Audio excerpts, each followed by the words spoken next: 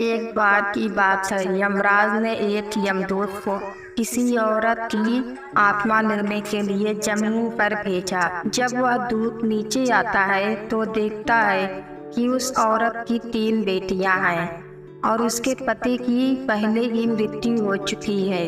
अगर इस औरत की मृत्यु हो जाती है तो उसके तीनों बच्चे अनाथ हो जाएंगे। इन लड़कियों का दर्द देखकर यमदूत बहुत विचलित हो गया और बिना आत्मा लिए वापस चला गया और वापस जाकर यमराज से बोलता है कि महाराज, मैं उस औरत की आत्मा नहीं ला पाया। मैं क्या, अगर आप होते तो बच्चियों का दर्द देखकर आपका दिल भी बैठ जाता और आप भी उसकी आत्मा नहीं ला पाते।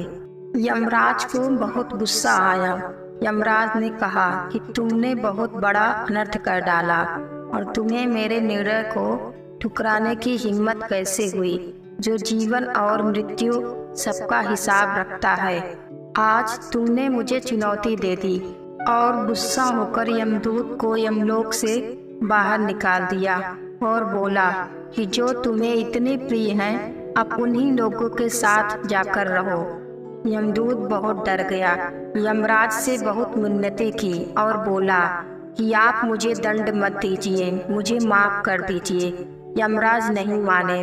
फिर यमदूत ने कहा कि ठीक है, अगर आपने दंड दे ही दिया है तो ठीक है, लेकिन इससे वापस आने का और इस दंड से मुक्ति पाने का मार्ग बता दीजिए। दूत को गिड़गिड़ाता देखकर यमराज को तरस आ गया। यमराज ने बोला कि जब तुम अपनी मूर्खता पर 3 बार हंस लोगे तब यमलोक आने के लायक हो जाओगे।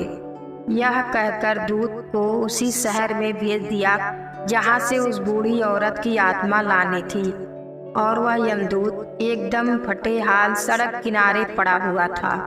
ठंड का मौसम था, इसलिए एकदम ठिठुर कर कोने में चिपका था। सुबह सुबह एक जूता बनाने वाला मोची अपने बच्चों के कपड़े खरीदने बाजार जा रहा था। उसने देखा कोई ठंडी में ठिठुर रहा है तो तरस आ गया और जो बच्चों के लिए पैसे लिए थे उन्हीं से यमदूत के लिए कपड़े खरीद कर लाए और यमदूत को दे दिया। बातों बातों में पता चलता है कि रहने के लिए कोई छत नहीं है, तो आदमी यमदूत को अपने घर ले गया। वह आदमी बताता है कि उसकी बीवी ये सब देखकर गुस्सा करेगी, लेकिन तुम कुछ बोलना मत। वह चिल्लाएगी, लेकिन दिल की बहुत अच्छी है, तुम बुरा मत मानना। घर पहुंचने पर वही हुआ। उसकी पत्नी गुस्सा करती है कि तुमको मैंने पैसे दिए थे कि बच्चों के कपड़े लाने हैं और तुमने ये क्या कर दिया। और अगर किसी की मदद की तो की, साथ में उसको घर भी ले आए और सिर पर बोझ बनाकर रख दिया। उसे घर लाने की क्या जरूरत थी। उसकी पत्नी इतना कहकर चिल्लाकर चली गई तो यमदूत हंसने लगा।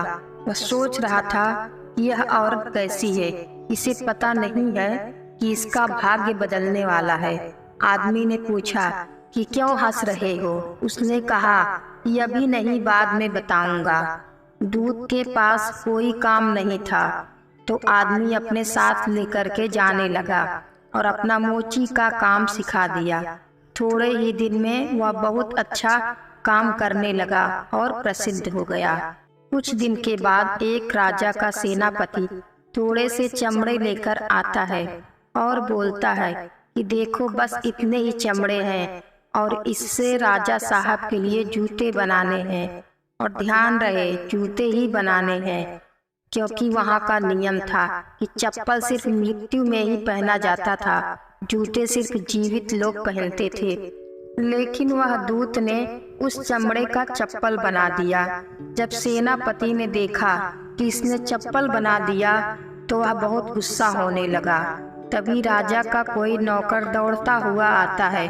उनने उस चमड़े का जूता तो नहीं बनवा दिया, दरअसल राजा जी मर गए हैं। अब जो उनको जूता पहनाना था, अब चप्पल पहनाना है और तब उनकी अंतिम विदाई की जाएगी।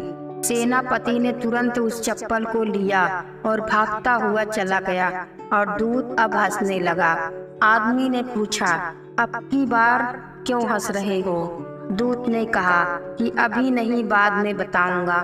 थोड़े दिन के बाद एक बूढ़ी औरत के साथ में 3 लड़कियां आती हैं और कहती हैं कि सैंडल बनवानी है। दरअसल उसकी शादी हो रही थी।